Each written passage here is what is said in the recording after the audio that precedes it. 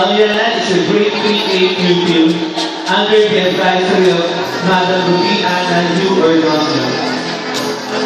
She lives in Isaac Ramos Perlac.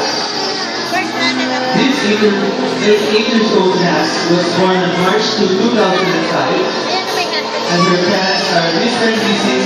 Emily and Alana Sala. She wants to become a nurse someday.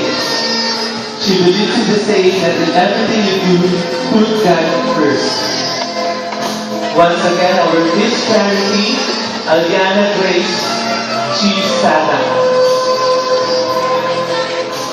Miss Knowledge, Hannah Q. C. Bacerdo.